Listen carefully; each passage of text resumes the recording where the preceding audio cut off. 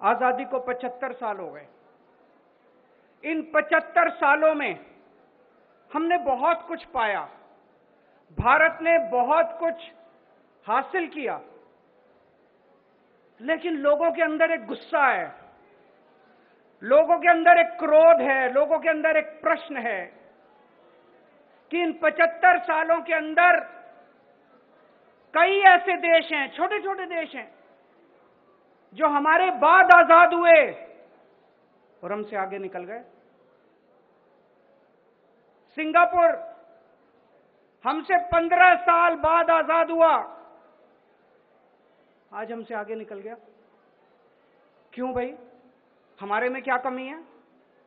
Japan, द्वितीय विश्व युद्ध के अंदर, सेकेंड वर्ल्ड वॉर के अंदर जापान तहस नहस हो गया था। हिरोशिमा और नागासाकी के ऊपर बम, न्यूक्लियर बम पड़े थे। आज हमसे आगे निकल गया। जर्मनी, हिटलर के बाद द्वितीय विश्व युद्ध के अंदर जर्मनी तहस नहस हो गया था, आज हमसे आगे निकल गया। हम पीछे क्यों रह गए? भारत पीछे क्यों रह गया? भगवान ने भारत को सब कुछ देने में कोई कसर नहीं छोड़ी, सब कुछ दिया है भगवान ने हमें। भगवान ने हमें नदियां दी, पहाड़ दिए, जड़ी बूटियां दी, फसलें दी, समुद्र दिया। क्या नहीं दिया भगवान ने? इतना विशाल देश। और जब भगवान ने इंसान पैदा किया तो सबसे इंटेलिजेंट लोग भगवान ने इंडिया में पैदा किया,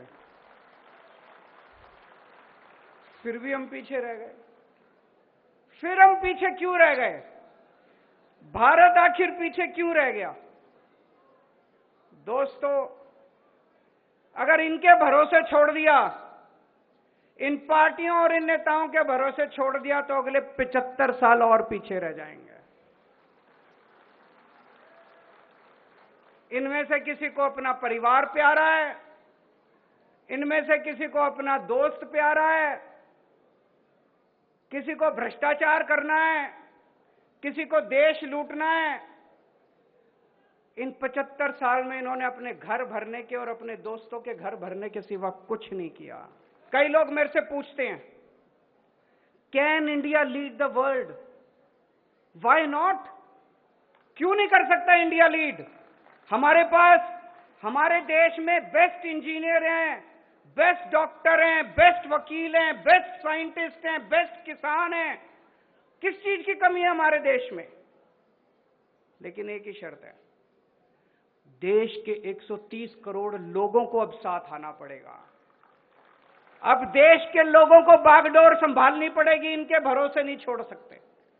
देश के 130 करोड़ लोगों को, इंजीनियर, डॉक्टर, मजदूर, किसान, आदमी, औरत, अमीर, गरीब, इस जात के, उस जात के, इस धर्म के, उस धर्म के, सब लोगों को साथ आना पड़ेगा। 130 करोड़ लोगों को मिलके अब देश की बागडोर संभालनी पड़ेगी।